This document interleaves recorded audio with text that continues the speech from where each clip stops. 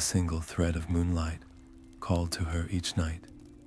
Alara was a young woman tormented by visions, dreams of a shimmering loom that left her isolated in her small village.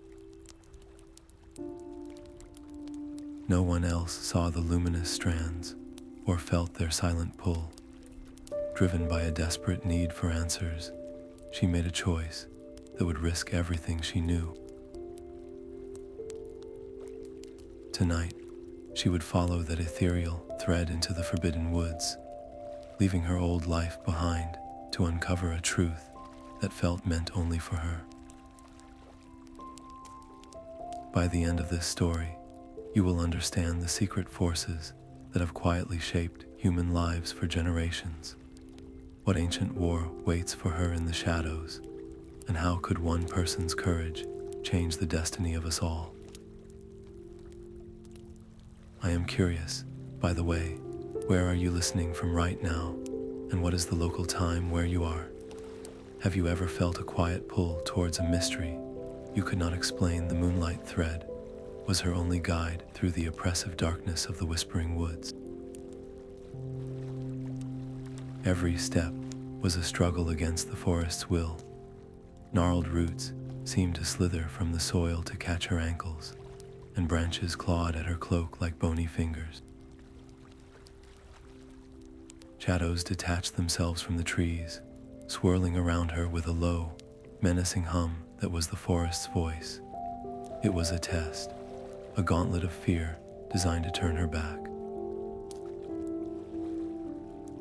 Her heart hammered against her ribs, a frantic drumbeat in the silence, but she kept her eyes locked on the shimmering strand, her one tether to the truth. She did not run, but moved with a deliberate caution, her every sense screaming in protest against the unknown that pressed in from all sides. Then, as suddenly as it began, the resistance ceased. The hostile woods gave way to a small, silent glade, bathed in soft, silver light. In its center stood the object of her quest, the source of the luminous thread. It was an archway of ancient, moss-eaten stone, so old it seemed more a part of the earth than a structure built upon it. The thread she had followed so far simply vanished into the shimmering air that filled the arch's empty space. A profound understanding settled over her, cold and certain. This was a threshold. On this side was everything she had ever known, a life of quiet desperation and misunderstood visions. On the other side was the answer to every question that had haunted her. The choice was absolute and terrifying. She could still turn back, return to the village and its safe, simple ignorance. She could force the visions back into the realm of bad dreams. But as she stood there, the memory of the shimmering loom felt more real than the ground beneath her feet. To go back was to surrender a part of her soul. Taking a final, steadying breath, Alara stepped through the archway. The moment she crossed, a silent, invisible thread snapped. Her connection to her old life was severed, clean and final. In that same instant, in the deep places between worlds, something ancient and hungry took note of the break, stirring from a long slumber. The familiar world dissolved into a whirl of color and sound. The forest glade melted away, replaced by a landscape woven from light and shadow. Towers of crystalline threads spiraled into a sky of deep violet, and rivers of liquid silver flowed through valleys of embroidered hills. Before her, covering an entire wall, hung a vast, impossibly complex tapestry, its patterns shifting and alive. From the shadows beside this magnificent creation, a voice, gentle as worn stone and old as time itself, whispered her name. Elara. The voice belonged to a being woven from the same silver light as the tapestry itself. Lyra was a weaver, her form both solid and ethereal, her long fingers deftly guiding luminous threads into the grand design that covered the wall. This was the loom of ages, she explained, a living record of every human life, each one a single thread in a sprawling, interconnected masterpiece. Alara watched, mesmerized, as Lyra paused before a single strand that was flickering, growing thin and pale. This thread belonged to a village blacksmith, a good man whose spirit was breaking under a weight of grief and failure. His despair was causing his strand to fray, threatening to snap and unravel not only his own future, but the delicate patterns of all those connected to him, his family, his apprentices, his entire community. Lyra's own light seemed to dim as she tried to reinforce the thread, but the effort was immense. Almost without thinking, driven by an impulse deeper than reason, Alara reached out. Her fingers did not touch the thread physically, but she felt its texture in her soul, the coarse roughness of his sorrow, the brittle weakness of his hope. She focused all her will, not on pulling or pushing, but on strengthening, on reminding the thread of its own inherent strength. A soft, warm glow emanated from her hand, and under her touch, the thread thickened, its color returning to a vibrant gold. The immediate, silent gratitude that washed over her from the tapestry was overwhelming. Lyra stared at her, her luminous eyes wide with a mixture of awe and alarm. "You are a thread sensitive," she whispered, "a human who can not only see the loom, but interact with it. This is a gift that appears only once in many generations. But you must understand, your actions here create ripples." As she spoke, the spot where Alara had mended the blacksmith's thread pulsed with a soft light, a beacon in the vast weave. And in the darker, shadowy sections of the tapestry, something noticed. Lyra's voice turned urgent. "We weavers maintain the pattern. We nurture growth and connection. But there are others, the Unravelers, who believe existence is a flaw, a mistake that must be corrected back into silent, peaceful nothingness. Your power is a song to them, a dissonance they are compelled to silence. You are now a target." Alara's mind reeled. The safe, ignorant world of her village seemed a lifetime away. To go back was to abandon this breathtaking, terrifying reality, and everyone in it. She looked at the restored thread of the blacksmith, now shining brightly, and knew she could never unsee the beauty and fragility of it all. "I will stay," she said, her voice surprisingly steady. "Then you must learn, and quickly," Lyra replied, her gaze darting toward the shifting shadows at the edge of the chamber. She guided Alara's hand toward a different, quieter part of the tapestry. "To survive, you must learn to read the threads, feel their stories. Every life has a texture, a melody. Joy is a warm, vibrant hum. Fear is a cold, prickling static. You must listen for the discordant notes, the places where the Unravelers have begun their work." As Alara focused, the individual threads began to whisper their secrets to her, a symphony of countless lives. But beneath the music, she could now hear a new sound, a dry, scraping rustle, like claws on stone, growing steadily closer. The silence of the loom room was ripped apart by a sound like tearing silk. The shadows in the far corner convulsed, swirling into a vortex of absolute nothingness. From that void stepped a creature that was less a form and more an absence, a humanoid shape woven from shifting void and the glint of something sharp. Its hands were not hands at all, but long, cruel shears that snipped the very light from the air around them.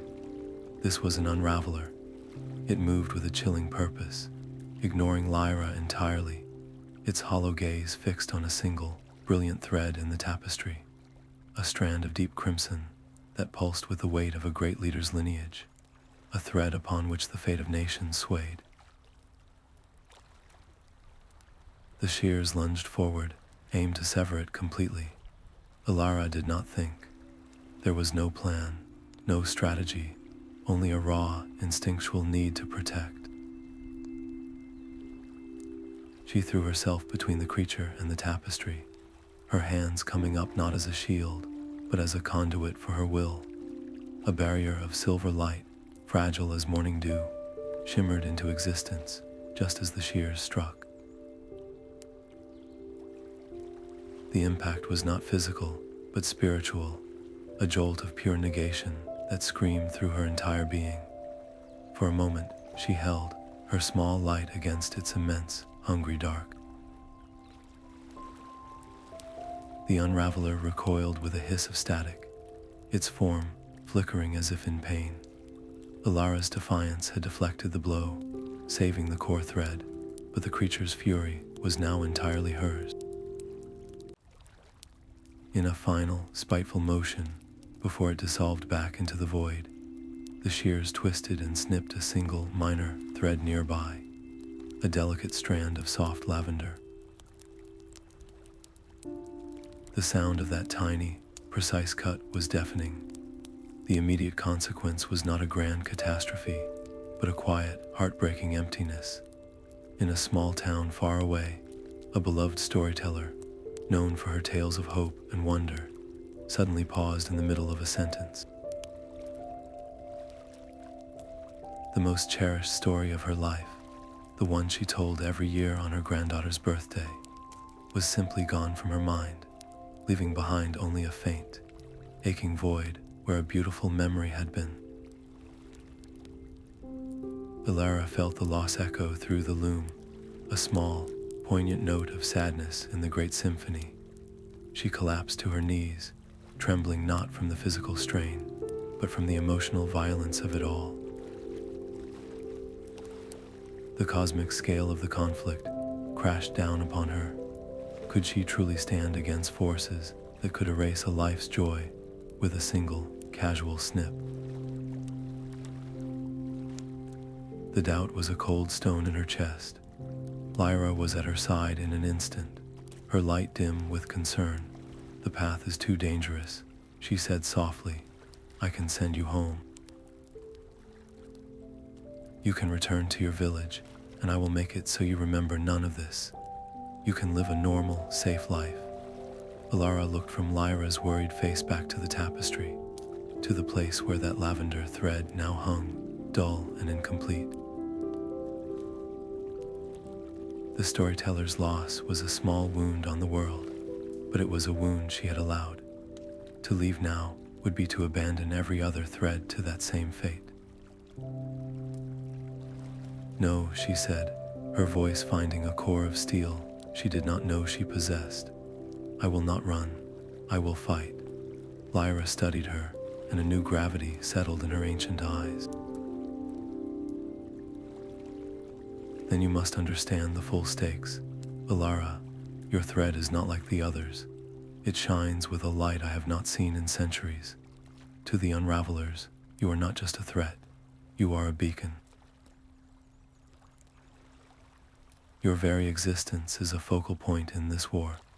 To protect you, we must find a way to veil that light. We must journey to the archive of lost patterns, a place where forgotten histories and abandoned destinies are stored. There, we may find a pattern for a cloak to shield your thread from their sight. It is a dangerous path, but it is our only hope." Lyra's luminous form flickered with a solemn resolve. "There is a way to shield you, but the cost is high, and the act is forbidden." She led Alara to a quiet, secluded chamber deep within the Loomroom, where the air itself seemed to hold its breath. "Here, we must intertwine our threads. A part of my essence will bind to your own, veiling your brilliant light within my older, more stable pattern. It will grant you sight you never dreamed of, but it will also tie my fate to yours, irrevocably. If you fall, I will feel the tear in my own soul. Elara did not hesitate. She saw the profound risk Lyra was taking, an act that could see her cast out forever by the ancient laws of the Weavers. I accept the burden and the bond. The ritual began not with words, but with a silent, profound offering. Lyra drew a single, shimmering filament of silver from the core of her own being. It pulsed with the gentle, timeless light of ages. At the same time, she gently guided a strand of Alara's own golden thread to meet it. As the two threads touched, there was no explosion, only a deep, resonant hum that vibrated through the very foundation of reality. Alara gasped as her perception shattered and then reformed. Suddenly, the loom was no longer a beautiful, distant tapestry. It was a living, breathing entity. She could feel the emotional weight of every thread, the thrum of a mother's love for her newborn, the cold ache of a lonely scholar's ambition, the vibrant joy of a friendship newly forged. She could see not just the present state of a life, but the delicate, branching paths of its potential futures, shimmering like faint mirages around the core thread. This new sight was a breathtaking gift, but as the threads wove tighter, binding their souls, a sharp, sympathetic pain lanced through her own chest. It was not her pain, but an echo of an ancient weariness carried by Lyra for centuries. The connection was a two-way channel, and its price was now made terrifyingly clear. The act was done. A new, unique pattern now existed within the great loom, a double helix of silver and gold. As the final connection sealed, a pulse of energy, unlike anything ever seen, radiated out from them in a silent wave. Far away, in the desolate realms of nothingness, every Unraveler turned its head in unison. The beacon had not been hidden, it had been transformed into something new, something powerful, and therefore, something that must be destroyed with absolute priority. Their journey would now be a hunt. There is no more time, Lyra said, her voice now carrying a new, faint echo of Alara's own determination. We must move. She gestured toward a section of the chamber wall that shimmered, its solid stone melting away to reveal a path that was not a path. It was a road woven from substance of memory itself, a swirling, misty trail of gray and silver. This is the path of echoes, Lyra warned, her voice low. It is woven from the forgotten sorrows and abandoned regrets of all living things. Tread carefully, for the ground here is not stone, but sentiment. A misplaced step can awaken a dormant heartache, and we will feel its full force through our bond. Together, their fates now literally intertwined, they stepped onto the treacherous road. The mist curled around their ankles, and with their first step, a wave of profound, lonely grief washed over them, the echo of a lost someone had carried 1,000 years ago. This was their new path, armed with a deeper connection and pursued by a sharper hatred. Every moment forward would be a test of their bond against the sorrows of the world. The gray mists of the path of echoes clung to them like cobwebs of forgotten feeling. Each step was a negotiation with the sorrow of strangers, a fleeting chill of ancient loneliness, or a pang of long-resolved jealousy. Alara focused on the steady, silver pulse of Lyra beside her, using their bond as an anchor against the tide of sentiment. But then the path shifted beneath her feet.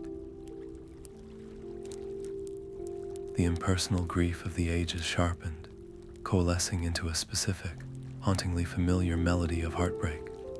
The mist swirled, resolving into the image of a young woman with Alara's own eyes, standing in a moonlit grove, much like the one she had left behind. This was no stranger's memory.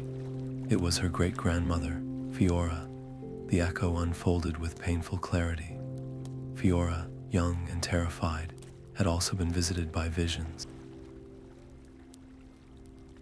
A weaver, not Lyra, had offered her a chance to join the great work, to use her own flickering sensitivity to aid the loom, but the fear was too great.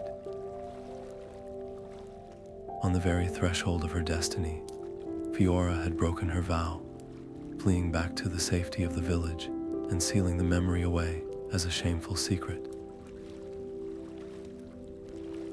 The echo was saturated with her crushing regret, a poison that had seeped down through the generations.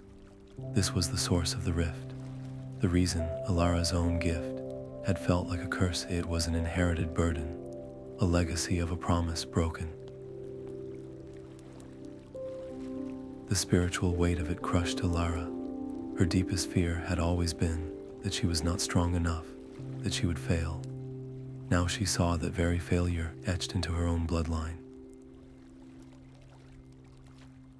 The echo preyed on this, whispering that her courage was a fleeting illusion, that she was destined to repeat Fiora's mistake and abandon her post. Bitterness was an easy answer, a way to blame the past for her present struggle.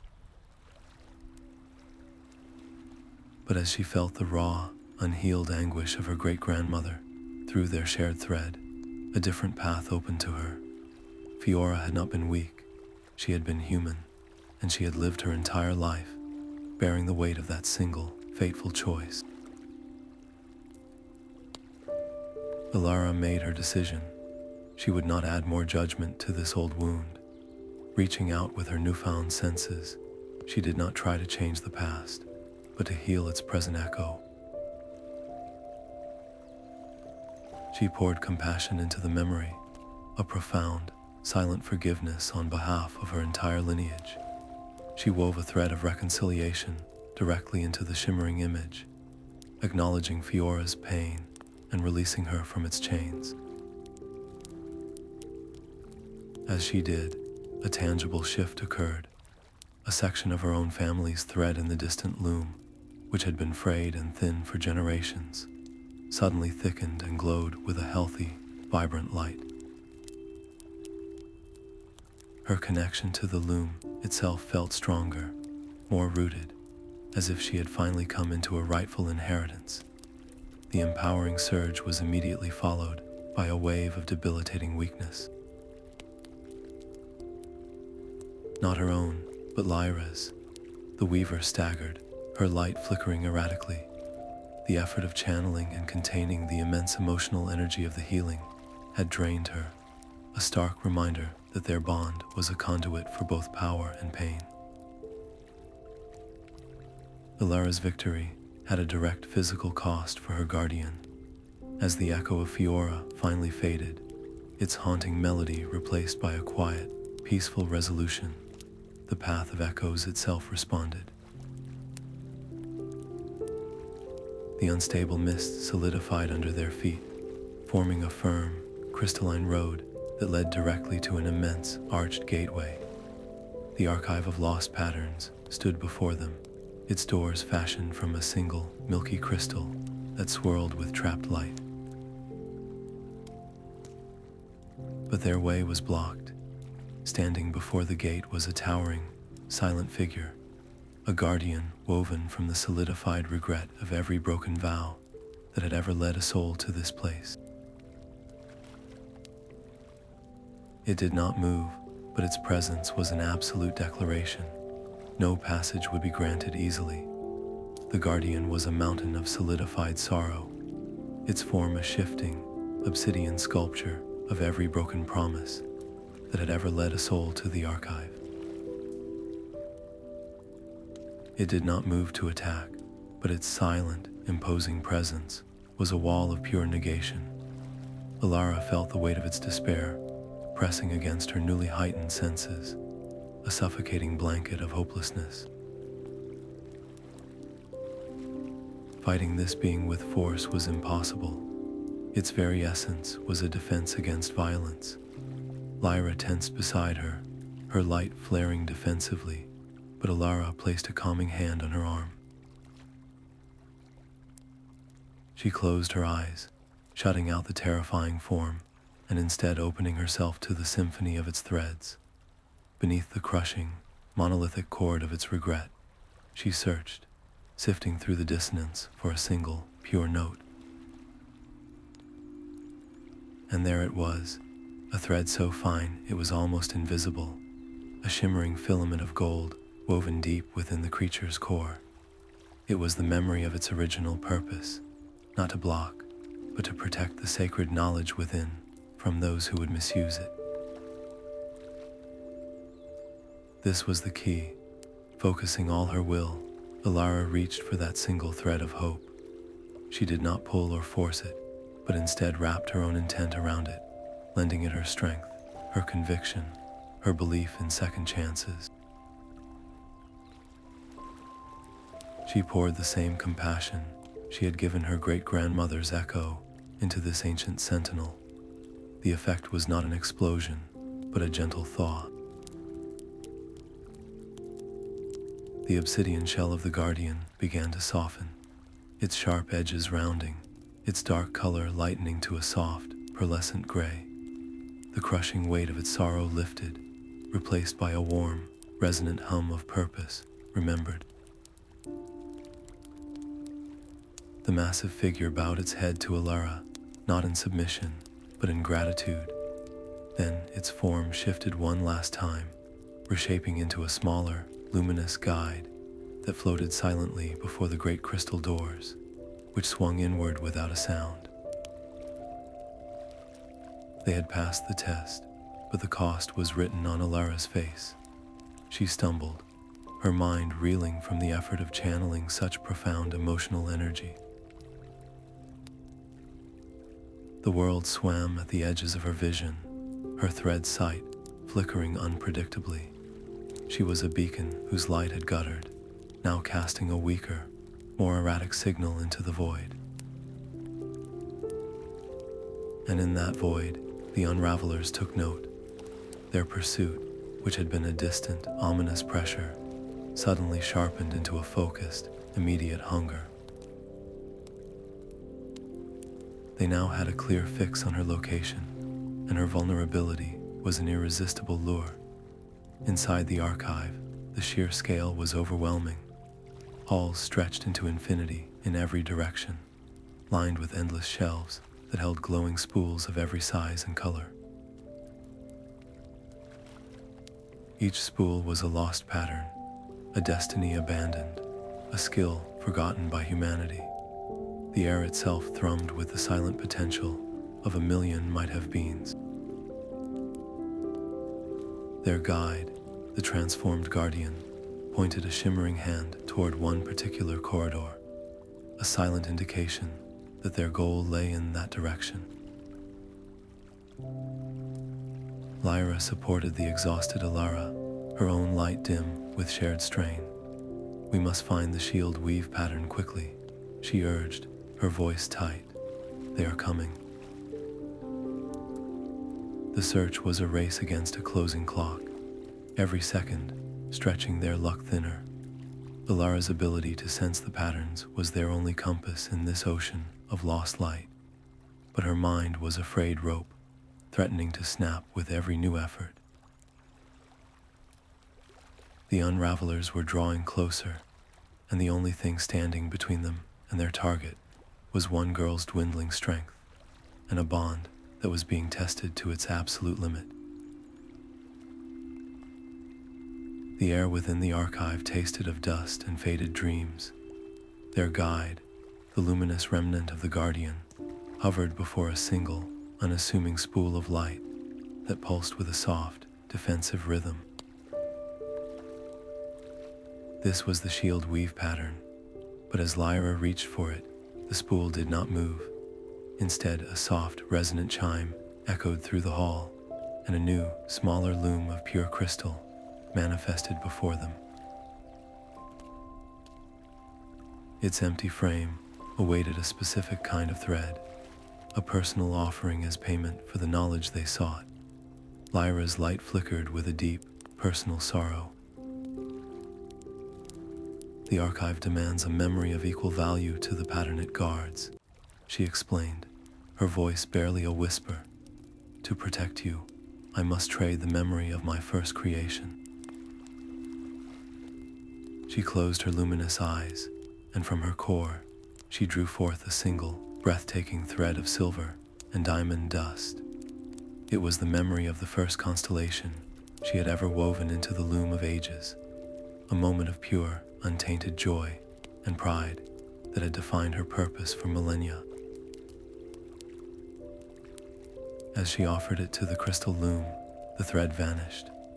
The shield weave spool floated gently into her waiting hands, but Lyra herself seemed to shrink, her light dimming to a pale, weary glow. A part of her very essence was now gone, a hollow space where a cherished piece of her soul had been. You should not have done that, Alara breathed, her voice thick with a sharp, painful guilt. This is my fight, my protection. The price is too high. She felt like a burden, her very existence costing Lyra pieces of a life lived for eons. A cold tension settled between them, the warmth of their newly forged bond, chilling with Alara's anguish and Lyra's quiet, stoic loss. It is the only way, Lyra replied, her tone flatter, more cautious than before. This is the duty of a weaver. We give parts of ourselves so the whole may endure.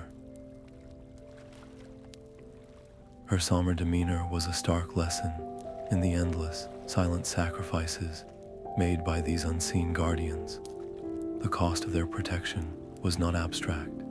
It was paid in the very substance of their beings. Then we share the burden from now on, Alara insisted, her determination cutting through her guilt. She reached out, not with her thread sight, but with her hand, placing it over Lyra's. I am not a charge to be protected. I am your partner. If a price must be paid, we pay it together. That simple promise, a vow of shared sacrifice, began to mend the rift, weaving a new strand of mutual respect into the bond that connected them. With the pattern secured, they turned to study its intricate design, a complex web of interlocking intentions meant to deflect hostile attention. But their momentary focus was shattered by a new, insidious presence. From the deep shadows between the shelves, something slithered into the light. It was a low, amorphous creature, its body a transparent, gelatinous sac, through which stolen memories flickered like dying embers. This was a memory eater, a scavenger of the archives, drawn by the potent, freshly liberated scent of Lyra's traded constellation. It did not attack with shears or void, but with a slow, relentless hunger, its single-minded purpose fixed on the weaver who had just been diminished. As they bent over the ancient pattern, the creature began to stalk closer, drawn to the hollow space it sensed, ready to consume whatever precious fragments remained. The gelatinous memory eater lunged, its transparent body rippling with a desperate hunger aimed not at them, but at the glowing spool of the shield weave pattern in Lyra's grasp. It sought to devour the knowledge itself, to leave their minds as empty as the hollows it so loved. Alara's first instinct was to shield the pattern with her own body, but Lyra's thought echoed through their bond, swift and clear. Force would only shatter it, scattering the precious memory fragments within. We must feed it, but not with what it craves. Together, without a word, they acted. Their hands moved in unison, not toward the creature, but into the air between them. From the shared well of their bond, they pulled threads of pure, resonant joy, the memory of a child's first laugh, the warmth of a perfect sunrise, the triumphant feeling of a problem solved.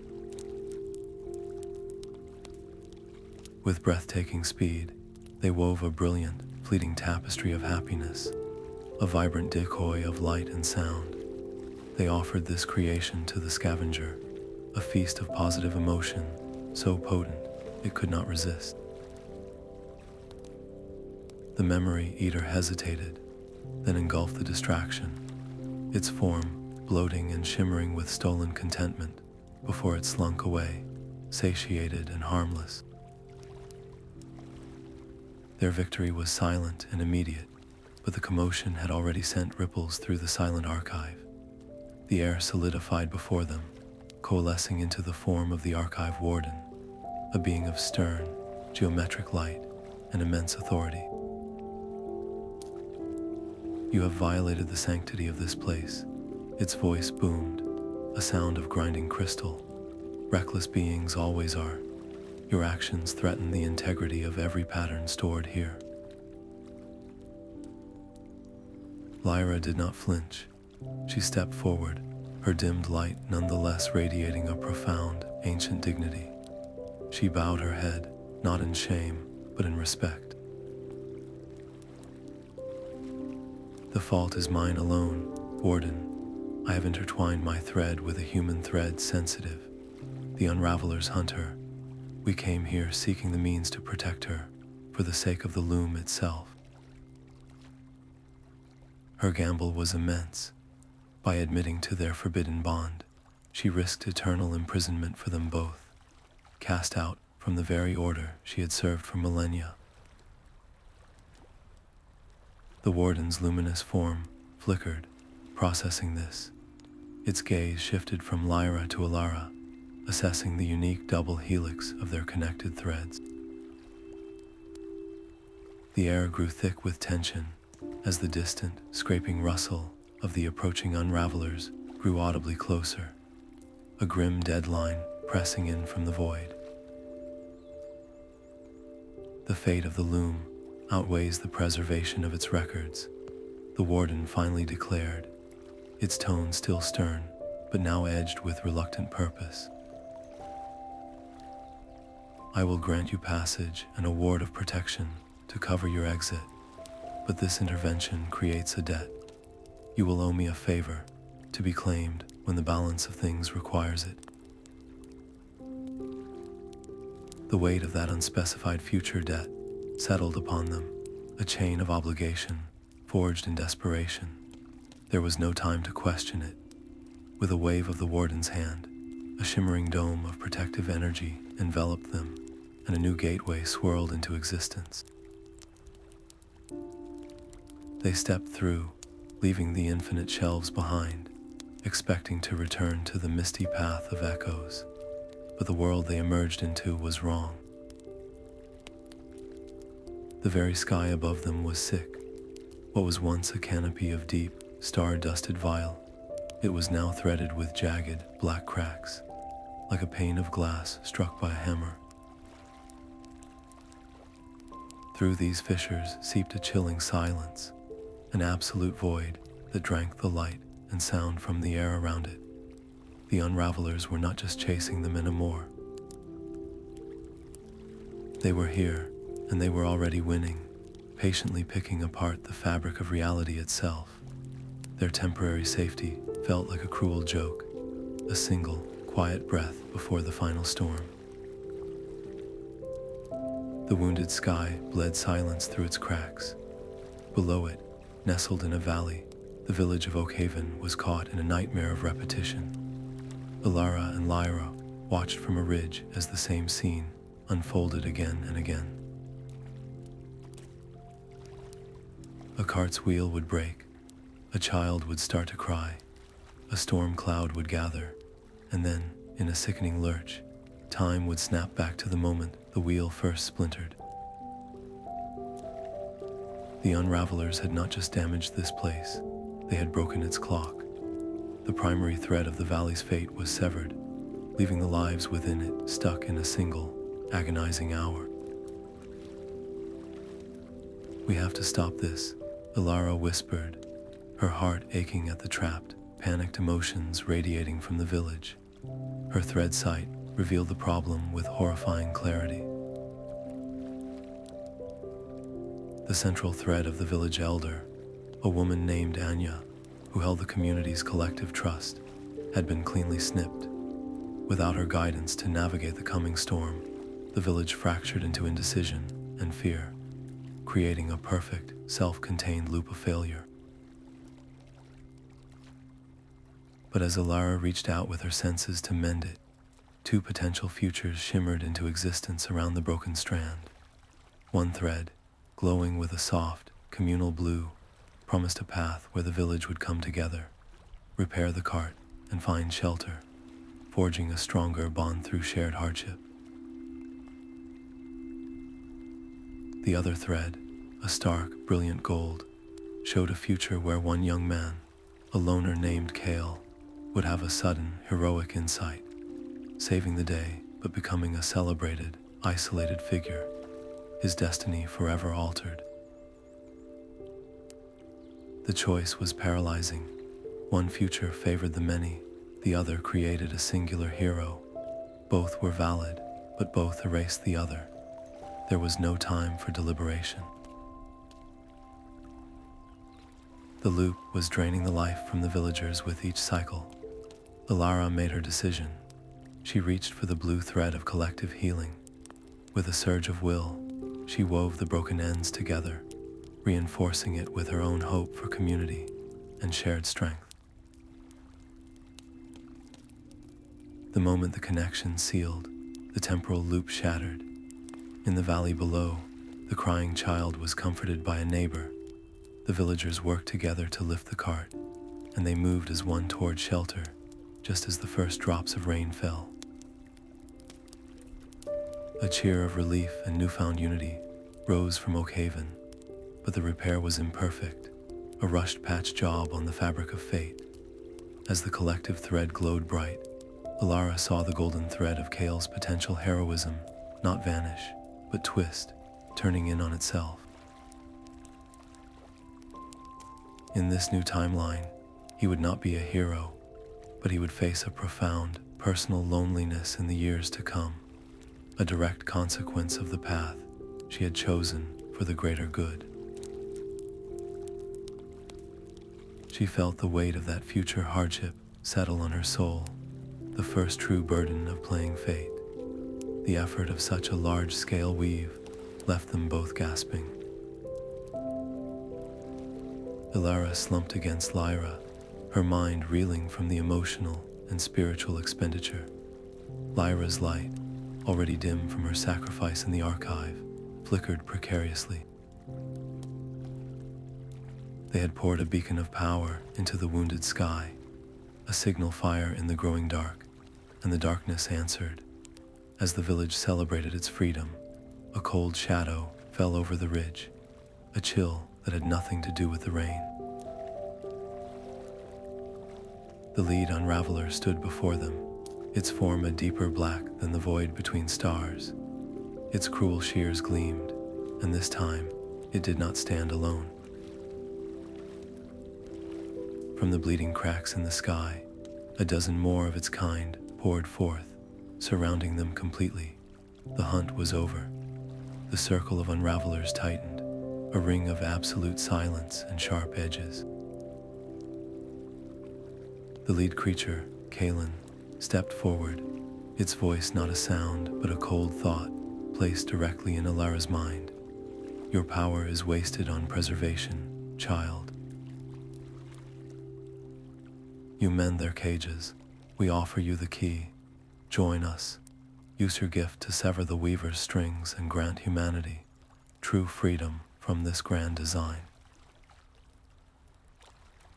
To demonstrate, Kalin's shears snipped the air. A short distance away, two luminous threads, deeply intertwined with the shared memories of a lifetime, were cleanly cut.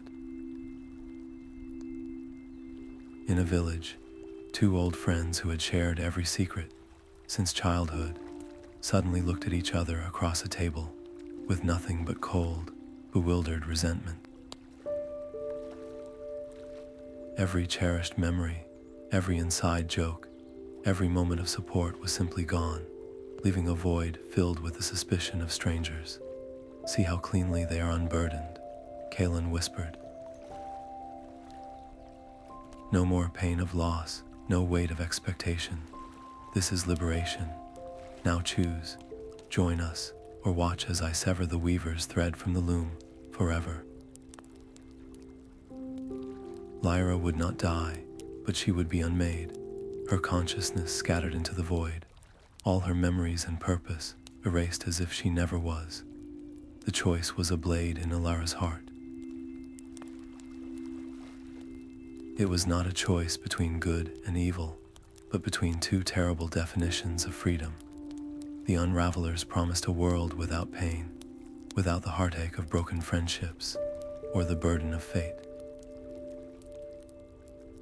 The Weavers offered a world of connection, where joy and sorrow were two sides of the same precious coin. She looked at Lyra, whose dim light flickered with a quiet, accepting courage. She thought of the blacksmith, whose hope she had restored, of the village that had found strength together, of her great-grandmother's redeemed regret. This was not a cage. It was a story, messy and beautiful, and entirely their own. She turned back to Kalin, her voice clear and steady. "You call it freedom, but you are only offering emptiness. True freedom is the ability to love, to fail, to try again. It is the chance to weave our own choices into the pattern, not to be cut loose into nothing." "I will never join you." Her defiance was a spark in the oppressive dark. Kalin's form contorted with a silent, furious shriek. "Then you and your precious bonds will be the first to unravel."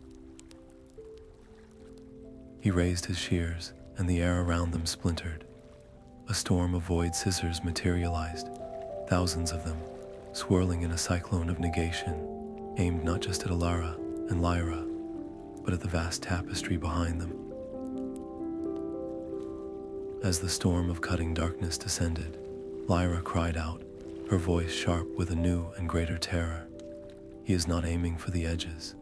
He is targeting the great nexus. The central knot that binds every human fate together. If it is severed, the entire loom will come apart." Lyra's light flared with a terrible, beautiful brilliance. She did not raise a weapon or summon a shield. Instead, she turned her back on the Unravelers and faced the trembling heart of the loom, the great nexus where every thread converged in a knot of incandescent complexity. Her voice was calm, a final anchor in the storm. "My purpose was always to protect the pattern, Elara. Now my pattern becomes its protection." She stretched out her arms, and her entire being began to unravel. Strands of silver light, the very substance of her soul, poured from her form and wove themselves with impossible speed around the nexus. She was not fighting the Unravelers. She was becoming a barrier, a living wall of sacrifice. Her physical form dissolved into a cascade of pure, shimmering energy that solidified around the central knot, a temporary but powerful shield that repelled the storm of void scissors. The loom stabilized, the violent trembling ceased, but the cost was absolute. Where Lyra had stood, there was only a lingering warmth and the faintest echo of her final, loving thought. She was gone, her consciousness scattered and absorbed into the tapestry she had died to save. A silence deeper than the Unraveler's void fell over Alara. The bond they shared, that beautiful double helix thread of silver and gold, did not break. It went taut with a final, agonizing snap, and then flooded with a vast, empty silence. Lyra was not dead, but she was everywhere and nowhere, a ghost in the machine of fate. Grief was a physical blow, followed by a torrent of pure, undiluted rage. It was a dark and hungry fire, and it whispered to her of the power she now held. With her connection to the heart of the loom, she could twist the threads around Kalin. She could weave a prison of his own nightmares, or simply unmake him, thread by single thread. The temptation was a sweet, poisonous song in her veins. She looked at Kalin, who watched her with a cold, curious stillness, and she wanted nothing more than to make him feel a fraction of her pain. But as her rage crested, she felt the shield around the nexus flicker. Lyra's sacrifice was a temporary measure, a dam holding back an ocean, and it required a constant, calm flow of energy to sustain. Her fury was a disruption, a crack in the foundation. In that moment of terrible choice, she understood the true depth of a weaver's duty. It was not about grand victories over darkness. It was about the quiet, endless work of maintenance, of choosing the whole over the self, again and again. A vengeance taken would be a promise broken. Letting the shield fail would render Lyra's sacrifice meaningless. With a sob that tore from the depths of her soul, Alara turned away from Kalin. She ignored the screaming need for retribution, and instead poured every ounce of her will, her love, and her sorrow into reinforcing Lyra's shield. She wove her own golden light into the silver barrier, strengthening it, calming the frayed edges of the nexus. It was the hardest thing she had ever done. Kalin observed her, and for the first time, a flicker of something akin to frustration crossed his void-like features. Her resilience was an illogical variable in his perfect equation of nothingness. "This is not over, thread sensitive," his voice hissed in her mind. "Your guardian is a memory." "The loom is wounded. We will find another way to pick the lock." With a final, contemptuous glance, he and his Unravelers dissolved back into the bleeding cracks in the sky, leaving Alara alone in the sudden quiet. The immediate threat was gone, but the vulnerability of the loom was a cold, hard truth. Lyra's shield was a temporary fix on a foundational wound. As the adrenaline faded, exhaustion threatened to swallow her whole. Then she felt it, a single, warm spark against her palm. Hovering just above her hand was the last, condensed ember of Lyra's light, no bigger than a dewdrop, yet containing the echo of her entire spirit. Cradling it gently, Alara felt her grief begin to transmute. It did not lessen, but it forged itself into a new, unbreakable resolve. This could not happen again. She would not spend her life patching holes in a sinking ship. She needed to find the source, the legendary first loom from which all of reality was first woven, the only power great enough to mend the great nexus permanently.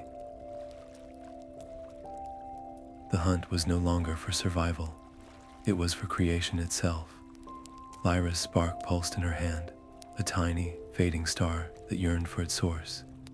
It pulled her away from the wounded loom, through realms of fading color and dissolving sound, until they arrived at a place that was not a place at all.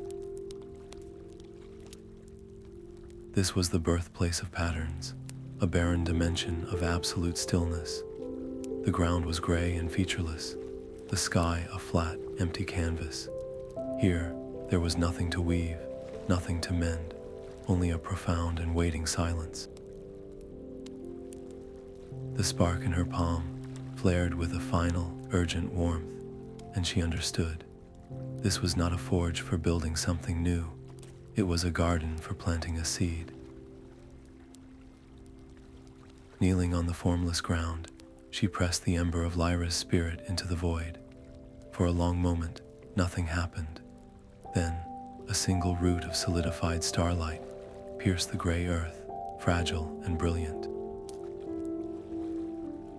But it did not grow on its own. A demand echoed from the tiny sapling, a silent, psychic hunger. It needed sustenance, not of water or soil, but of meaning.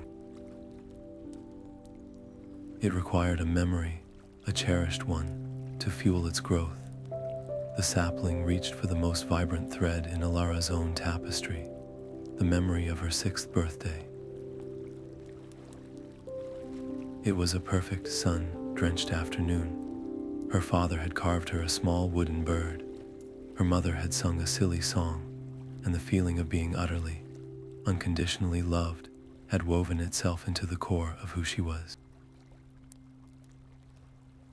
To give this up was not like Lyra's sacrifice of a professional triumph. This was a piece of her soul, the very foundation of her happiness. How could she protect humanity if she had to surrender what made her human? Was she becoming as cold as the Unravelers, treating memories as currency? Her hand trembled above the glowing root. To keep this memory was to let the sapling wither, and with it, any hope of saving the loom. Letting it go felt like a profound self-betrayal, but then she saw the memory not as a possession to be hoarded, but as a gift that had shaped her. Its value was not in its constant recollection, but in the strength it had given her, strength she could now use to ensure other children had their own perfect afternoons. A true weaver did not cling. They understood that some threads must be released so the greater pattern can continue. With a sob that held both grief and resolve, she opened her hand and let the memory flow into the root. The sensation was a gentle, painless unraveling. The sun-drenched afternoon faded from her mind, not forgotten, but gone, leaving behind only the knowledge that something beautiful had once been there. A hollow space opened inside her, a quiet, personal void, but as her loss settled, the sapling erupted with light. It grew from a fragile root into a slender tree of woven starlight, its branches arcing like constellations. A wave of calm, solid stability radiated from it, flowing back through the dimensions and soothing the frantic tremors in the wounded loom. The great nexus strengthened, its cracks sealing just a little more. Yet this pure, concentrated energy was a beacon in the silent dark. From the farthest, most desolate corners of nothingness, every remaining Unraveler turned its head. The scent of this nascent power was an irresistible call, a final chance to strangle creation at its root. As Alara watched the sapling grow, she felt its roots not just in the gray soil, but in the very foundation of the loom of ages. It was not building a new structure. It was sending out tendrils of awakening, gently stirring something ancient and vast from an eon's long slumber.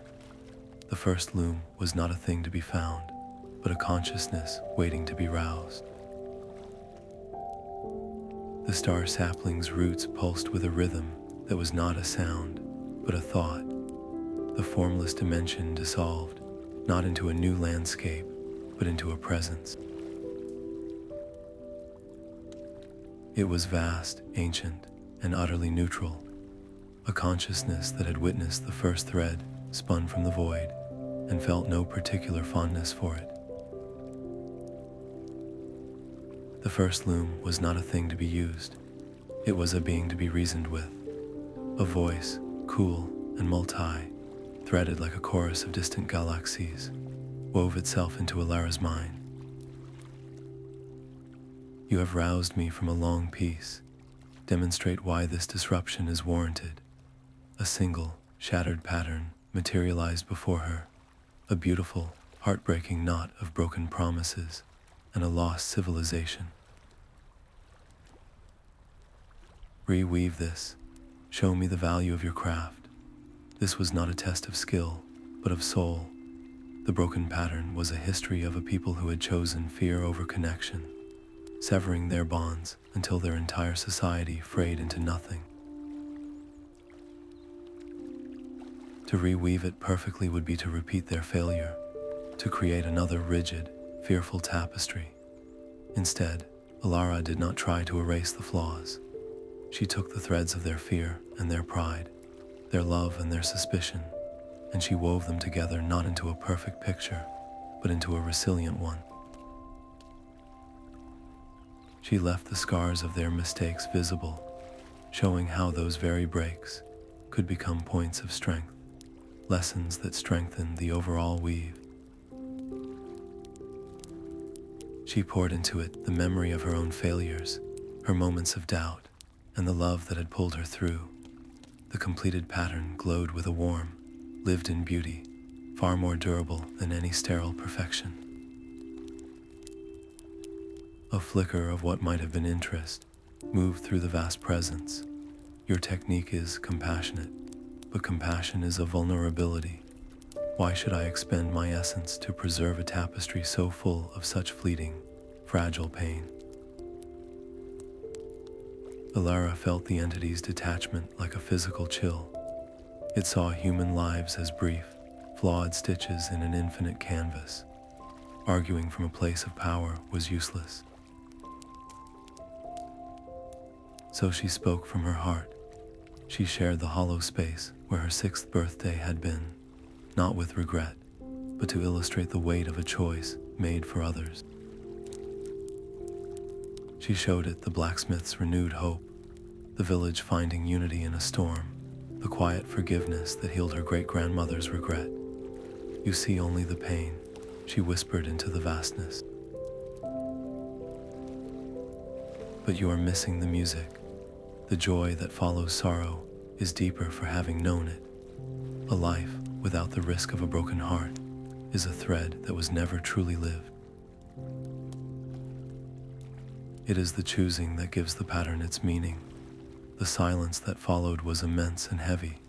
Then, a shift. The neutrality warmed by a single, grudging degree of respect. Very well. The entity's voice was still ancient, but now held a thread of purpose. Your argument has merit. The pattern is worth preserving for its complexity, not in spite of its flaws, but because of them. I will lend my power, a river of pure, primordial light, the very substance of creation, began to flow from the star sapling, channeling through Alara toward the wounded nexus in the distant Loom. The healing was not a gentle repair, but a fundamental recalibration, a surge of energy so potent it sent a shockwave of pure order rippling across every dimension. And in the desolate void, Kalin shuddered. This was not a flicker of defiance or a temporary shield. This was the source, the final, intolerable assertion of existence.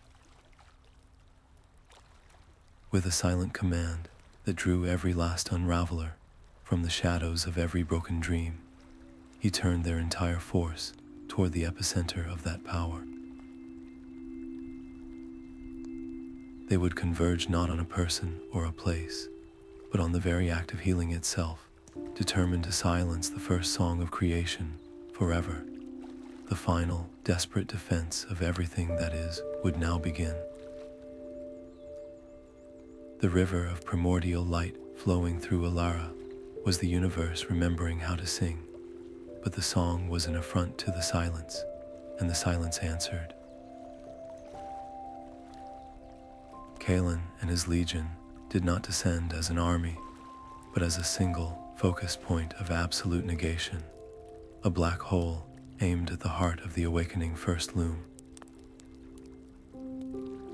They were not here to cut a thread, but to sever the very idea of connection. Yet Alara did not raise a shield or summon a weapon. She began to weave. Her hands moved through the river of light, but she was not pulling from its pure, orderly flow. She was reaching into the storm of nothingness that was Kalin himself, drawing out the very essence of his desire, the raw, desperate craving for freedom from all constraint. With agonizing slowness, she began to braid these threads of void into the luminous fabric of the loom. This was her answer, her final gambit. She was not creating a tapestry of order, but a tapestry of choice, a grand pattern that honored the Unraveler's own philosophy by weaving the potential for absolute freedom directly into its core. The mental strain was catastrophic, holding the perfect, infinite potential of the first loom in one hand and the absolute, finite negation of the Unravelers in the other felt like having her soul ripped in two opposing directions. Every cell in her being screamed to let go, to collapse into the comforting simplicity of one side or the other. Her vision blurred, the edges of reality fraying as her sanity strained under the weight of the paradox. Kalin laughed, a sound like cracking ice. You think to cage us within your design. This is the ultimate arrogance. He did not lunge with his shears. Instead, he whispered into the fragile space of her mind, replaying every failure, every loss, every moment of doubt. He showed her Lyra's dissolution, the hollow space where her birthday memory had been, the lonely future of the man in the village. You see, every connection is a chain. Every choice you make for them is a prison. Let it all go, the temptation to agree, to simply stop fighting and let the comforting nothingness take her, was a siren song more powerful than any physical blow. Her weaving faltered, the new tapestry flickering, but then she felt the tiny, steady warmth of the star sapling, the last gift from Lyra, and she remembered the blacksmith's hope. She anchored herself to those small, fragile victories and continued to weave. At the critical moment, as Kalin gathered his full power for a final, obliterating strike, Alara did something he could never have predicted. She stopped defending. She turned to him, her expression not of hatred or fear, but of profound, heartbreaking empathy. In her hands, she did not hold a weapon, but a single, shimmering thread, spun from the very essence of the new tapestry. It was an offer. You speak of freedom, Kalin, but you only offer one kind the freedom from. There is another, the freedom too. You do not have to be an Unraveler. You can become a weaver of potential. You can guard the paths not taken, the dreams abandoned, the infinite possibilities that every choice creates and destroys. You can ensure that freedom has meaning. She was offering him not destruction, but a purpose. She was giving him the very choice he claimed to champion for all of humanity. The ultimate test of her belief in redemption was now his to face. The entire cosmos seemed to hold its breath. Kalin stood frozen, his cruel shears poised in midair. To accept was to admit his entire philosophy was a hollow half-truth. To refuse was to prove her point, that he was not an agent of freedom, but a slave to his own single, rigid idea. The fate of every thread, every life, and every possible future now rested on the edge of his scissors. Kalin's shears did not fall, but lowered. For an eternity that lasted only a heartbeat, the embodiment of nothingness held a single, shimmering thread of possibility in his grasp. He did not cut it. Instead, his form, once a weapon of pure negation, began to soften at the edges. A faint, silvery light, like the first hint of dawn on a long night, bled into his darkness. He took the thread Alara offered, and where his shears had once severed, his newly formed fingers now began to weave. He guided the strand into the growing tapestry, not to create a fixed destiny, but to anchor a new pathway. a road of potential that branched away from the main design, a road that honored the freedom to choose differently. His conversion sent a silent, seismic shock through the ranks of the other Unravelers. Some, like him, hesitated at the edge of their own certainty. They looked upon the new tapestry, not as a cage, but as a universe of open doors, and one by one, they laid down their shears. Their dark forms blossomed into subtle, shimmering hues, becoming the first weavers of potential, guardians of the dreams humanity never pursued and the lives they might have lived. But others recoiled in absolute horror. To them, this compromise was a corruption far worse than destruction. They had craved the purity of silence, and this new, vibrant chaos of endless choice was an abomination. Refusing to exist in such a realm, they simply unraveled. Their forms dissolved into faint, scattered motes of forgotten static. Their rigid philosophy unable to withstand the gentle, terrifying pressure of change. The war was over. It had not been won by a superior force, but by a superior idea. Alara's entire journey, from a village girl terrified of her own visions to the architect of this new reality, culminated in this single act of radical compassion. She had looked into the heart of the void and offered it a name, a purpose, and in doing so, she had rewritten the very nature of fate itself. The completed Tapestry of Choice settled over the loom of ages, not replacing it, but merging with it. The patterns were no longer rigid and predetermined. Now, around every core thread of a human life, shimmered a soft, golden halo of possible futures. A farmer's son could choose to remain on the land, or become a poet whose words would ignite a revolution. A queen's moment of mercy could avert a war or plant the seed for a future betrayal. Fate was no longer a single, unchangeable road, but a landscape of infinite, beautiful paths. The stability of the loom returned, but it was a living, breathing stability, one that hummed with the music of a million might best. As the last echoes of the transformation faded, the vast presence of the first loom turned its attention fully to Alara. It did not speak in words, but wrapped her in a vision. She saw herself not as a warrior on a battlefield, but as a quiet gardener in the fields of destiny. Her work would be endless, subtle, and profoundly personal. She would walk the borders of the new tapestry, gently guiding the weavers of potential, mending the occasional frayed edge caused by overwhelming regret, and ensuring that the balance between destiny and free will was always maintained. It was a life of service, a legacy of watchful peace. The lonely girl from the village was gone, replaced by a timeless guardian, her own story now forever woven into the grand, uncertain, and breathtakingly beautiful design of everything. Her work began in the quiet spaces between heartbeats.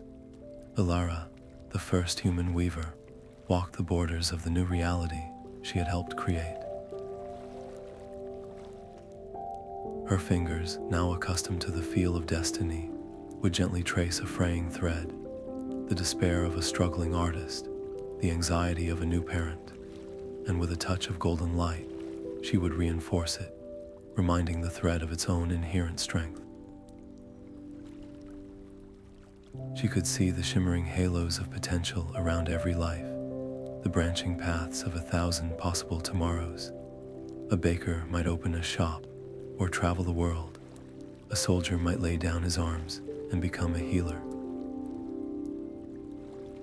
Her role was to ensure the paths remained clear and open, never to choose which one was taken. The world began to hum with a new kind of music. People spoke of lucky coincidences, of finding the right book at the right time, of a stranger's kind word, arriving at the moment it was most needed. Yet hardship was not erased. A failed business still brought its sting of disappointment, and the grief of loss still weighed heavy on the heart. Alara understood this balance intimately. She witnessed how a broken bone, once healed, grew stronger, and how a heart, though scarred, could learn to love again with greater depth. The greatest battle was within herself. There were threads so thin, so pale with suffering, that her every instinct screamed to pull them, to weave a perfect, painless future for the person at the other end. She watched a young woman standing at a crossroads, one path leading to a safe but unfulfilling life, the other to a risky pursuit of her passion. The temptation to nudge her toward passion was a physical ache in Alara's chest. But she held her hands still. To control the outcome would be to betray the very freedom she had fought for, to become a different kind of Unraveler. From that moment, she forged an unbreakable rule for her eternal duty.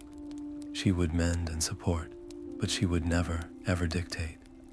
The weight of this principle was the true burden of her service. It was a lonely vigil, a lifetime of watching struggles unfold that she had the power to prevent. Her only companion, the silent, shimmering expanse of the loom itself. She felt the years pass not in seasons, but in the gentle pulsing of countless lives. Decades flowed by in the loom room like a single long breath, and then she felt it, a faint, familiar pull, like a single clear note in a vast symphony. In a small town she had never seen, a new child had been born. Their thread shone with a unique, brilliant light, and a nascent sensitivity to the patterns around them was beginning to stir. This new thread-sensitive's destiny was now irrevocably intertwined with her own. She found him on a windswept beach, a small boy named Leo, with eyes the color of the stormy sea. His hands were his tools, shaping the wet sand into impossibly intricate spirals and patterns that mirrored the constellations above. Alara watched unseen, as his childish art unconsciously traced the flow of nearby destiny threads, his sand mandalas predicting a neighbor's unexpected good fortune or the safe return of a fisherman's boat. This was the new sensitive, his gift expressing itself not through visions, but through the earth itself. Her approach was as gentle as a shifting tide. She did not announce herself as a guardian of fate, but simply as a traveler who appreciated beautiful art. She sat beside him in the sand and began to ask questions. Why did he choose that particular curve? What did he feel when the pattern finally felt complete? Leo, who had always felt his art was a strange, private compulsion, blossomed under her genuine curiosity. He spoke of a warmth in his chest when the shapes were right, a quiet certainty that he was drawing something true. Alara's teaching was a language of subtlety. She never mentioned the loom or the Unravelers. Instead, she taught him to see the connections already present in his world. She pointed to a seagull riding the wind and asked him to feel the thread between the bird and the air that held it aloft. She had him trace the invisible line of gratitude from the baker who received his mother's smile. Leo's perception, once a fuzzy, overwhelming sense, began to sharpen into focus. He started to see the small, golden filaments of kindness connecting people in the marketplace, the silvery strands of shared laughter between friends, the entire, breathtaking tapestry of his small coastal town, woven from a million tiny, everyday miracles. Where once his strange feelings had isolated him, They now filled him with a profound and joyful wonder. For Alara, every lesson was a tightrope walk over an abyss of memory. She remembered the crushing weight of her own early visions, the terror of the Unraveler's shears, the hollow ache of her sacrificed memories. The urge to wrap Leo in a shield of all her hard-won knowledge was a constant pressure in her throat. To tell him everything would be to hand him a burden he was not yet strong enough to carry. It could shatter his joyful curiosity into 1,000 fearful pieces. So she chose a path of patient guidance. She taught through stories and gentle questioning, allowing him to stumble upon his own insights. When he sensed a thread of sadness in the old lighthouse keeper, she didn't explain the complex history of regret. She simply asked Leo what small, kind thing he could weave into that man's day to make the thread feel stronger. He decided to leave a perfectly formed sand dollar on the keeper's windowsill. The next day, the man's thread hummed with a faint, renewed warmth, and Leo beamed with the quiet pride of a job well done. In that simple, successful act, Alara saw the future unfolding. This was not just the guidance of one child, it was the birth of a new lineage. She was planting a seed that would grow into a forest of guardians, human thread sensitives, who would rise in every generation to watch over the balance, ensuring the loom's protection long after her own thread had reached its natural end. The work would continue, watching Leo race along the shoreline, his small hands now tracing the joyful arcs of the ocean's own destiny in the foam. Alara felt a familiar warmth brush against her soul. It was not a voice or a vision, but a sure and steady presence, woven into the very air around her, a soft echo of silver light in the golden threads. It was the comforting certainty that no weaver, no guardian, truly works alone. 1 year to the day since the world was saved, Alara stood alone before the silent, shimmering expanse of the loom. The anniversary was a stone in her heart. She gathered threads of purest starlight and spun them with the gentle ache of her own memory, weaving a single, intricate pattern into the grand design. This was her memorial for Lyra, a permanent testament of gratitude and remembrance that pulsed with a soft, persistent light. It was not a sad pattern, but one of profound beauty, a captured echo of a selfless heart. Almost immediately, the memorial thread began to resonate. Its gentle light rippled outward, touching other threads in the tapestry that were marked by their own acts of courage and kindness. A firefighter's thread, strained by a recent rescue, suddenly hummed with renewed vigor. A teacher's thread, dedicated to a difficult student, glowed a little brighter. It created a subtle, uplifting current in the flow of human events, a quiet reminder that no good deed is ever truly lost. Yet for Alara, the creator of this beautiful echo, the solitude was crushing. The weight of her eternal watch pressed down. She had saved all of creation, but in doing so, had she condemned herself to a lifetime of beautiful, lonely silence? Were her sacrifices, the lost memories, the severed bonds, the constant vigilance, truly worth this unending solitude? The grief was a tide, threatening to pull her under. But as she watched the memorial thread's light spread, touching life after life with its gentle influence, she made a choice. She would not let her sorrow become a void. Instead, she would channel it. Every frayed thread she mended, every potential path she kept clear, would be an act done in Lyra's name. Her grief would not be a chain, but a loom shuttle, and her love would be the thread she used to weave a better world. This conscious decision to transform personal pain into a universal force for good sent a new kind of energy through the Tapestry of Choice. The entire weave seemed to sigh, settling into a deeper, more resilient stability. It was proof, written in light and destiny, that emotional connection was not a vulnerability for a weaver, but their greatest source of strength. And in that moment of profound peace, her dedication was answered. A shimmering presence, warm and familiar, momentarily solidified beside her. It was not Lyra returned. That could never be.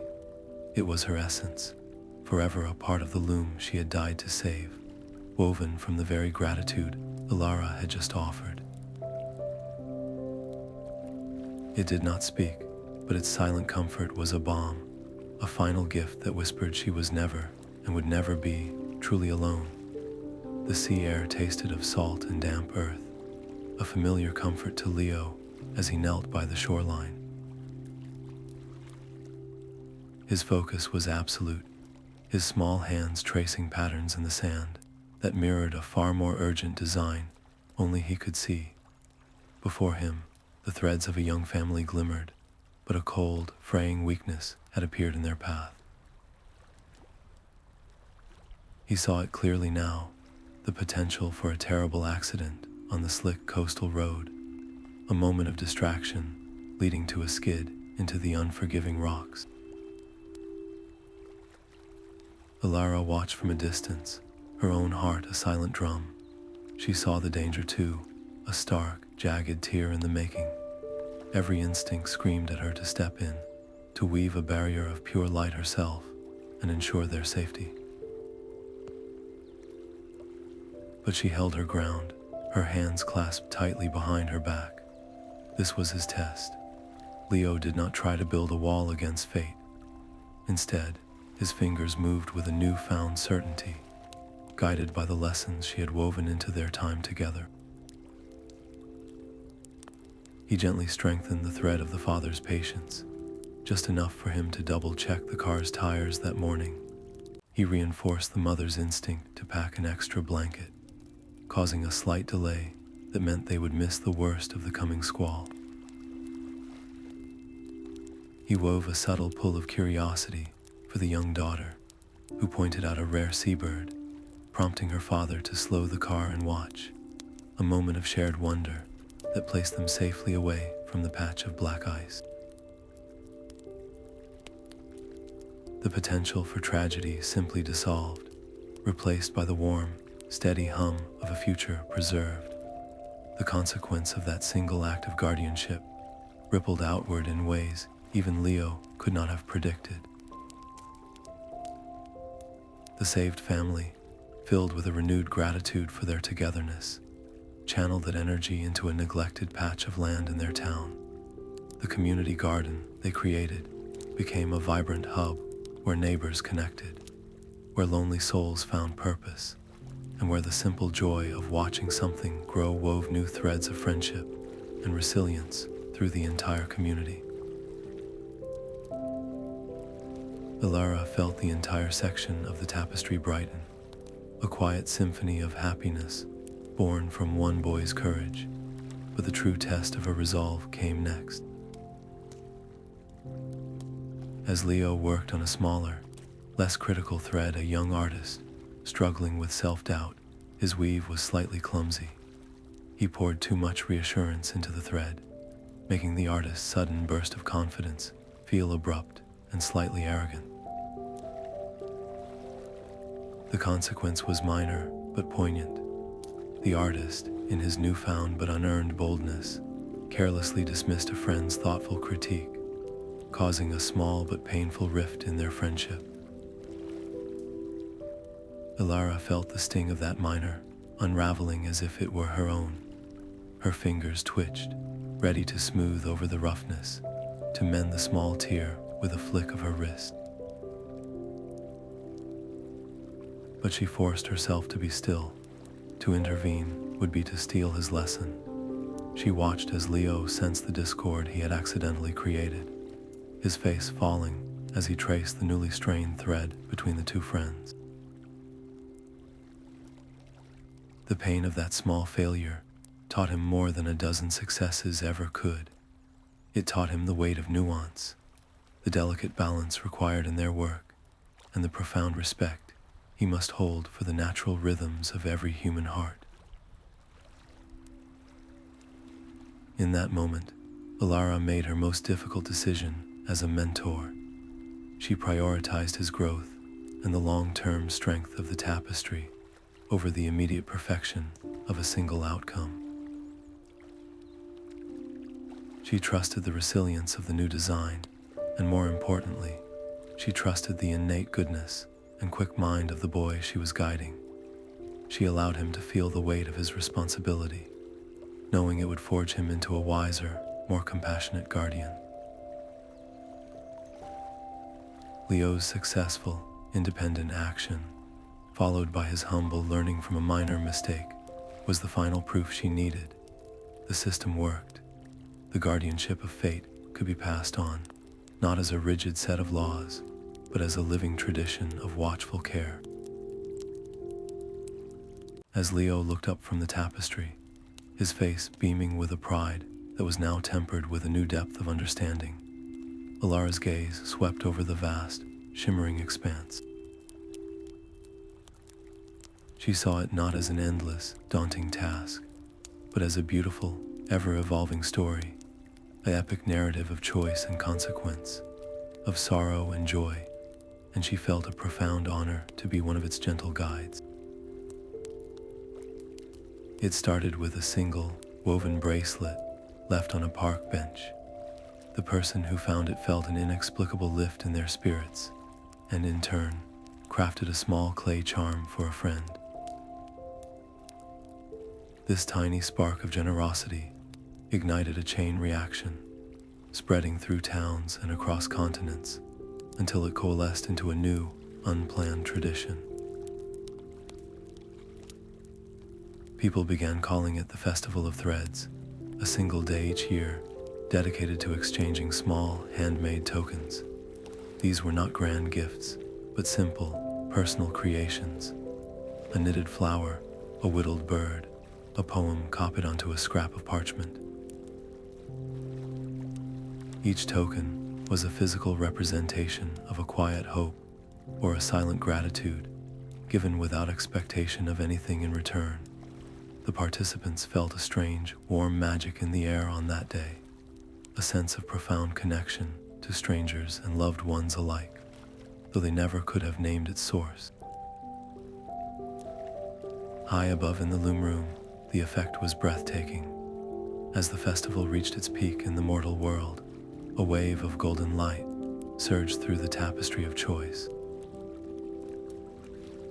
It was not the fierce, focused light of a single heroic act, but a gentle, widespread sunrise of collective kindness. Every exchanged token, every shared smile, strengthened the positive threads in the grand design, weaving a resilient net of goodwill that reinforced the entire structure.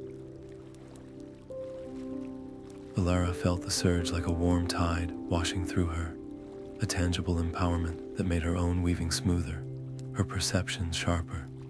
She watched as Leo, down on the beach, instinctively raised his hands to the sky, his face alight with a joy he did not fully understand, yet felt in the very core of his being. And in that moment, Alara faced a profound temptation. She watched a woman place a hand-painted stone on her neighbor's doorstep, her heart full of a simple, beautiful intention. The urge to whisper the truth into the woman's mind was almost overwhelming. How much more meaningful would her action be if she knew it was literally weaving strength into the fabric of reality? To give them context, to show them the magnificent tapestry their small acts were creating, felt like the ultimate gift, but then she remembered the delicate balance. Knowledge could so easily curdle into obligation.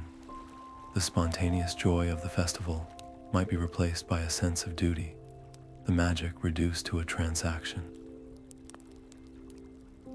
The mystery itself was a vital thread in the pattern, fostering a faith in something greater that required no proof. She made her choice. She would let the tradition exist as it was, a beautiful, unexplainable mystery.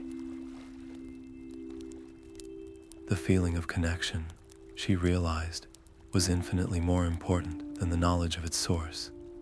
The festival did not need a name or a reason to be true. Its power lay in the doing, not in the understanding. This decision cemented the festival as an annual anchor of stability in the human world.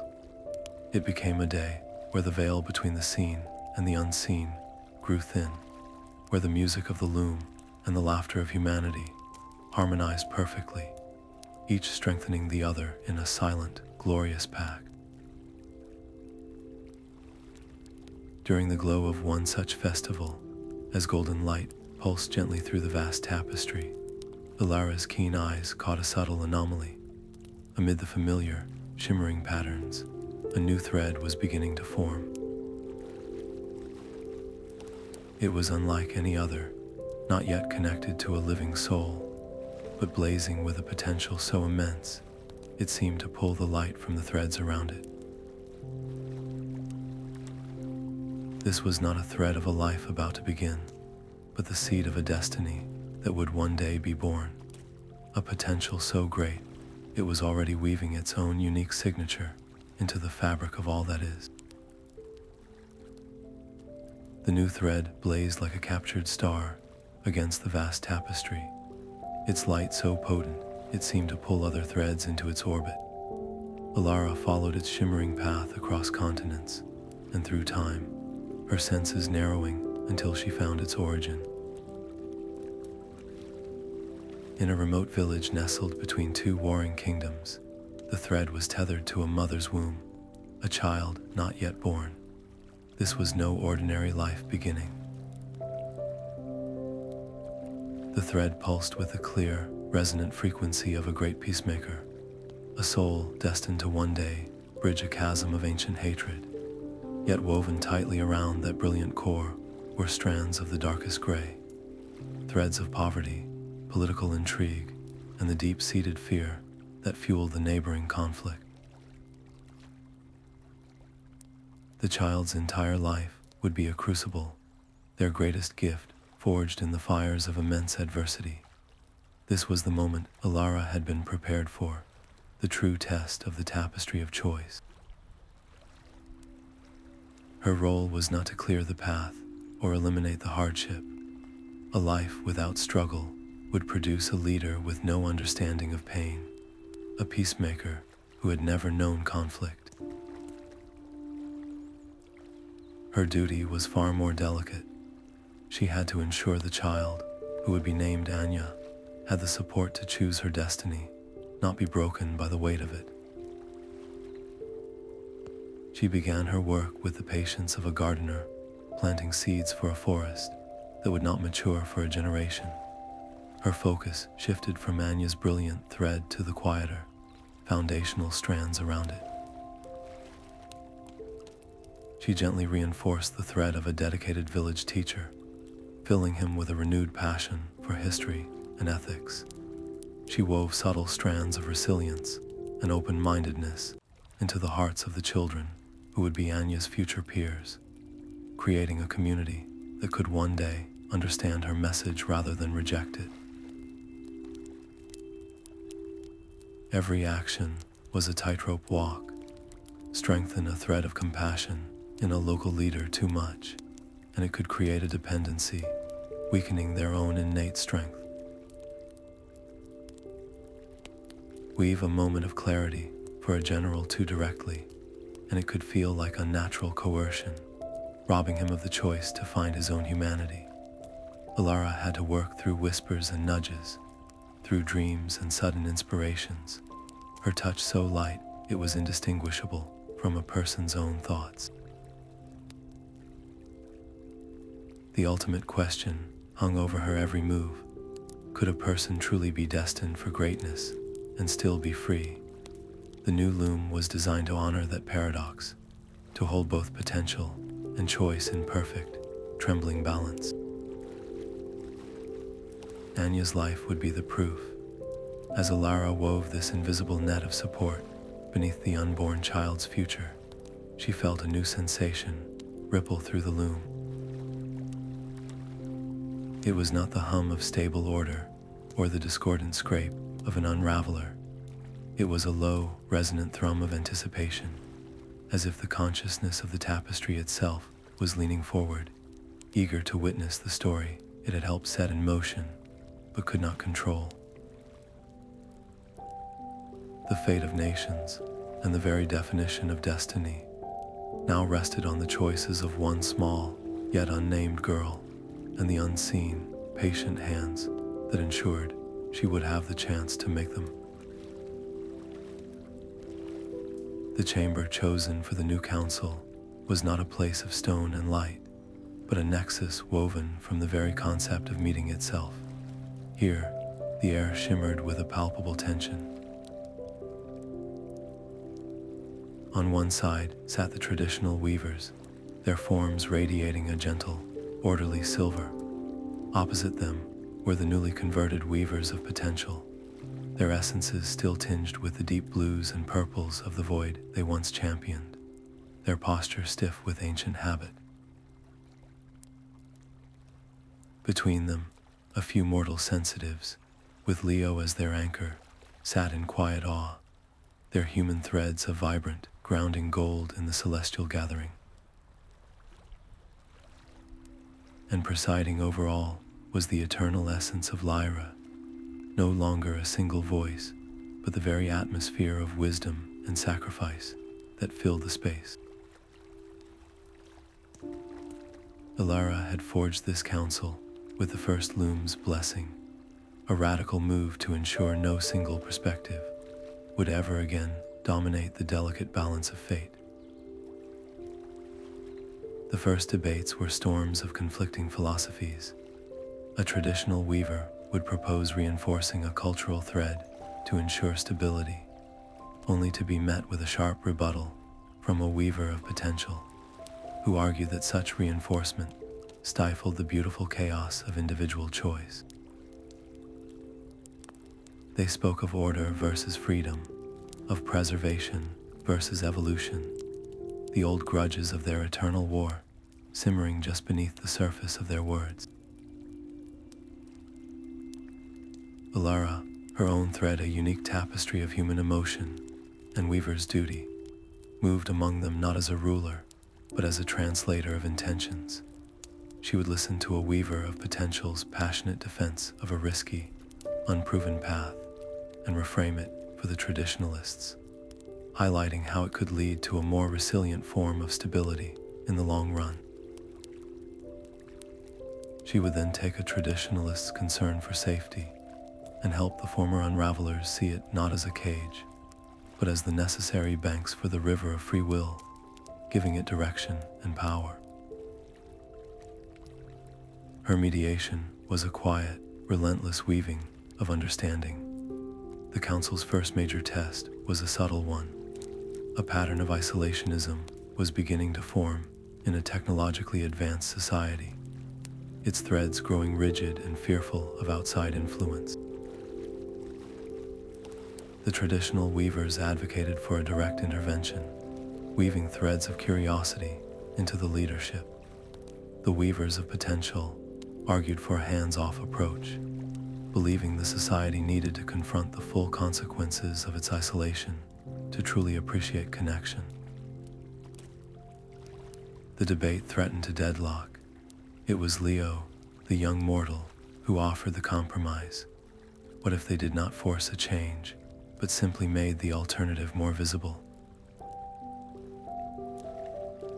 Instead of weaving curiosity, they could gently amplify the existing, faint threads of artistic and scientific beauty, already emanating from other cultures, making them more accessible through dreams and inspired thoughts. It was a collaborative solution, a blend of gentle guidance an absolute choice. The council agreed. They worked in concert, a symphony of different talents. The result was not a forced revolution, but a quiet renaissance of global exchange. The isolated society began to tentatively share its own marvels and absorb others, its threads slowly intertwining with the wider world in a network of mutual respect and shared growth. The entire tapestry seemed to breathe a sigh of relief, its patterns glowing with a new, complex vitality. For the first time since her journey began, Alara allowed herself to truly rest. She stood at the edge of the nexus, watching the council members continue their discussions with a newfound, if cautious, respect for one another.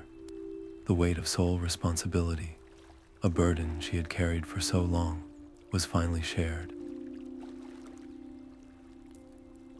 Her gaze turned inward, and for a moment, she was not an architect of reality, but simply a woman remembering a single, silver thread of moonlight and the terrifying, hopeful step that had led her here.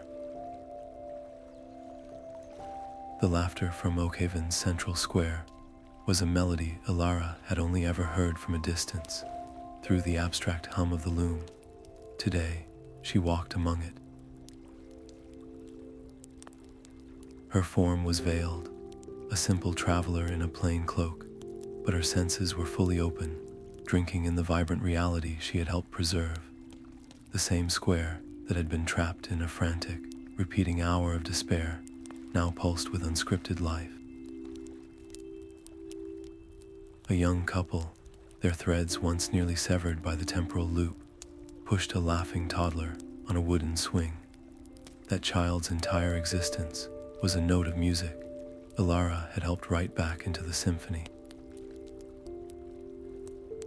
She passed the community garden, now a riot of color and scent, where neighbors shared tools and stories, their interconnected threads glowing with a healthy, resilient light. Preparations for the Festival of Threads were in full swing, with villagers hanging lanterns and laughing as they planned the handmade tokens they would exchange. This was the consequence of her work, not as a grand cosmic event, but as daily, ordinary joy. A profound ache bloomed in her chest, a bittersweet cocktail of belonging and absolute separation. She could walk these streets, but she could never truly live in one of these houses, never share a simple, uncomplicated life. The warmth of the community was a fire she could feel, but not sit beside. The choice was clear and calm. She could mourn the simple life she had lost, or she could find a deeper, more profound happiness in the fact that these lives were being lived at all. Her personal joy would now be a reflection of theirs, a quiet satisfaction felt in the strengthening of a child's thread or the mending of a broken heart. In that moment of acceptance, a deep and unwavering peace settled within her, not as an end to her longing, but as a resolution to it. This peace was her final transformation, solidifying her into the guardian she was always meant to be, her actions now guided by a clarity untouched by personal grief or desire.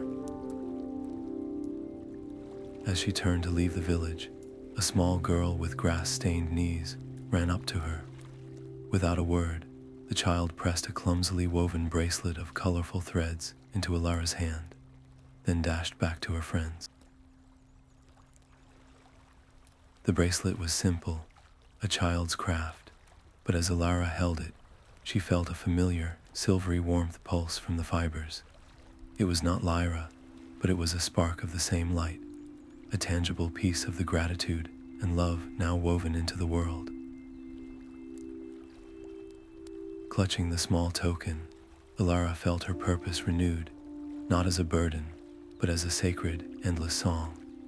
The vast silence of the loom room was broken only by the soft whisper of a new kind of thread passing through Alara's fingers. This was not a weave of destiny or a patch on a fraying future. This was a weave of memory, a project that would become her final, defining masterpiece, the legacy tapestry.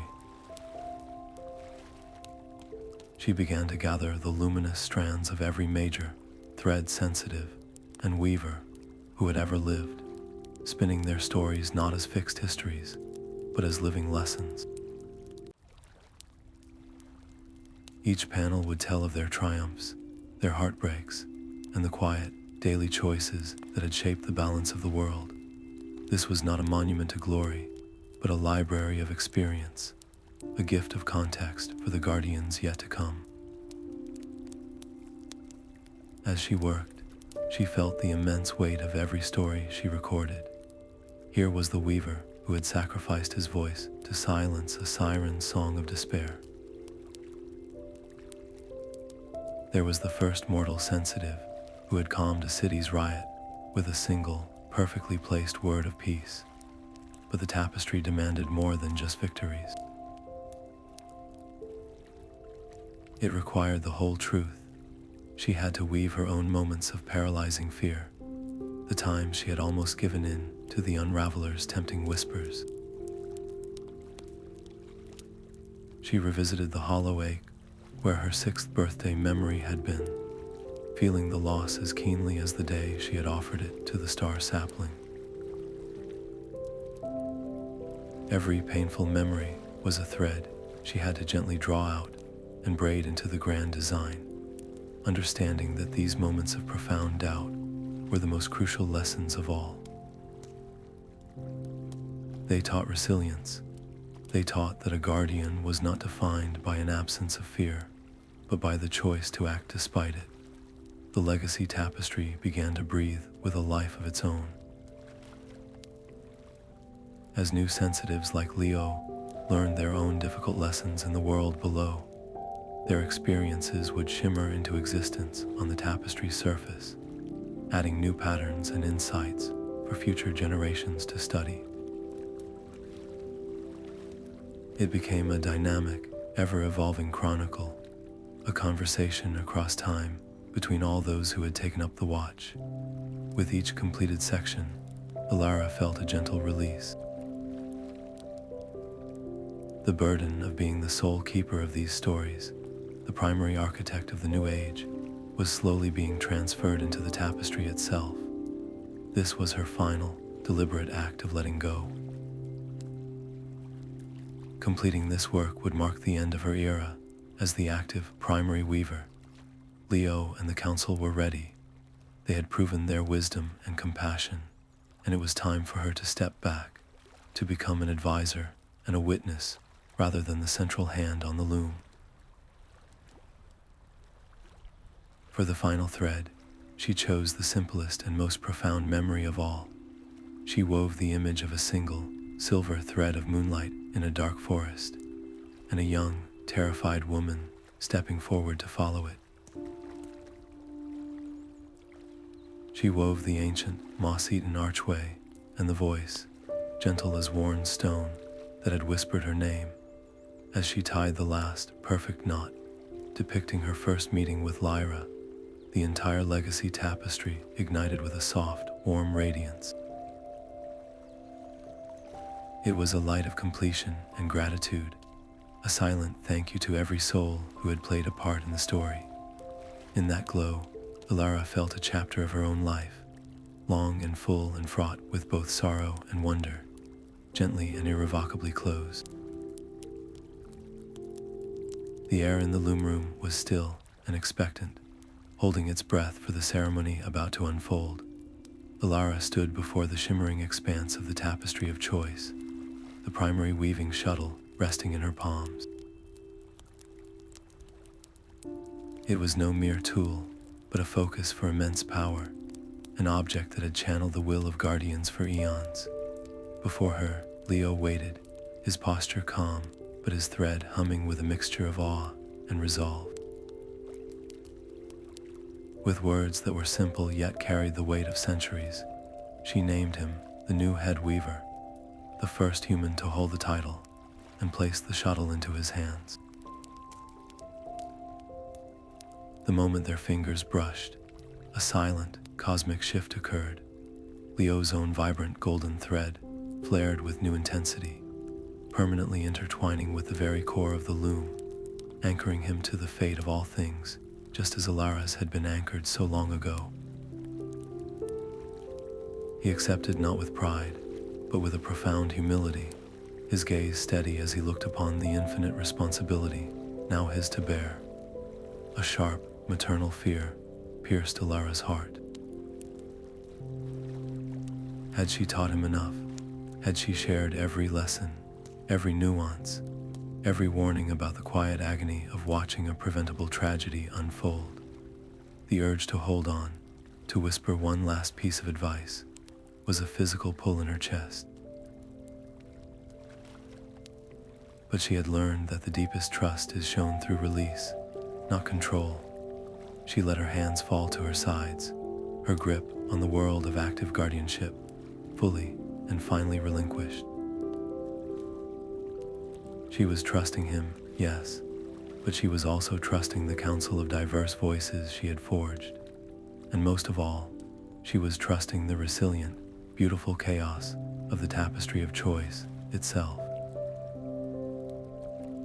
This peaceful transfer was not an ending, but the beginning of a new, more stable era. The guardianship of fate was no longer the burden of a single soul, but a shared duty, a symphony of many hands ensuring no one perspective could ever again dominate. As Leo turned to the tapestry and made his first confident weave as head weaver, a gentle reinforcement of a community's thread of cooperation, Alara took a single, slow step backward. Then another. With each retreat, her form began to gently fade, not like a flame being extinguished, but like a morning mist merging with the dawn. She was becoming one with the tapestry she had dedicated her life to, her essence a permanent, loving whisper in the patterns of destiny, forever a part of the story. Her physical form dissolved into a gentle cascade of golden light, each particle merging seamlessly with the threads of the loom she had fought so hard to protect. Elara did not vanish. She became the tapestry itself.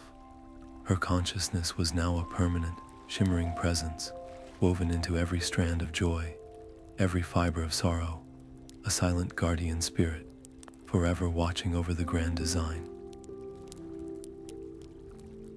She could no longer grasp a shuttle or mend a thread with her own hands, but she could offer something just as precious, a gentle, guiding warmth in the hearts of those who followed. When a new weaver on the council felt the cold touch of uncertainty, a sudden, inexplicable sense of courage would bloom within them. When a thread sensitive in the mortal world felt isolated by their strange gifts, a comforting whisper of belonging would brush against their soul, a feeling as soft as moonlight. She became a living legend, not a story told in words, but a feeling known in moments of quiet despair, a steadying hand on the shoulder of destiny itself. This new existence was her final and most profound test. To watch a new weaver make a choice she would have handled differently, to observe a potential tragedy unfold without reaching out to stop it, required a trust deeper than any she had yet known. It was the ultimate surrender of control, a conscious choice to believe in the strength and wisdom of others. There were moments when the old urge to intervene flared like a phantom limb, a deep, instinctual pull to guide a thread back onto what she perceived as the correct path. But each time, she would feel the resilient hum of the Tapestry of Choice, a beautiful, chaotic symphony that was stronger for every note played by a free will, and she would hold her peace. She embraced this eternal watchfulness, not as a limitation, but as a different kind of purpose. Her love for the world was no longer expressed through grand weaves, but through infinite, patient witnessing. From this boundless perspective, she watched Leo, now a confident and wise head weaver, gently guide a young girl who had just discovered her ability to see the emotional threads connecting her family. He did not give her answers, but asked questions that helped her find her own, his teaching a perfect echo of the patience Alara had once shown him. And as he did, Alara's attention was drawn to a distant, brilliant thread beginning to pulse with a steady, determined light. It was Anya, the unborn Peacemaker. The foundational net of support Alara had woven years before was now bearing fruit. The child's thread, though still surrounded by the gray strands of conflict and hardship, now shone with an unmistakable clarity and strength. The potential for a future built on understanding, not conquest, was no longer just a possibility, but a promise slowly being fulfilled, one courageous choice at a time. In that silent, hopeful observation, Alara found her perfect, endless peace. From a single thread of moonlight to the heart of existence itself, Alara's journey is complete. Her story is the ultimate proof that our lives are not pre-written scripts, but living narratives we co-author with every choice we make. The Loom endures, not as a rigid map of our futures, but as a vibrant, breathing reflection of our collective hopes, fears, and actions. It is watched over now by a chorus of guardians, the unseen weavers who mend frayed edges and reinforce fragile connections, but who would never dare to pull the threads for us. Think of the chance encounter that changed your life's direction, the sudden inspiration that arrived exactly when you needed it most, or the profound kindness from a stranger that felt like it was meant just for you. These are not mere accidents. They are the gentle touches of these guardians, the subtle weaves in the grand design that create opportunities without forcing outcomes. Alara's greatest legacy is this delicate, sacred balance. She ensured that destiny provides the loom, but we hold the shuttles. Our free will chooses the colors, the patterns, and the strength of every stitch. The love we give, the risks we take, the forgiveness we offer, these are the threads we contribute to a tapestry far greater than ourselves. So the next time you feel a quiet nudge toward a certain path, or experience a moment of grace you cannot explain, remember the silent weavers. Remember the girl who followed a moonbeam into the dark, and through her courage and sacrifice, wove a world where every one of us has the power to shape our own fate, forever.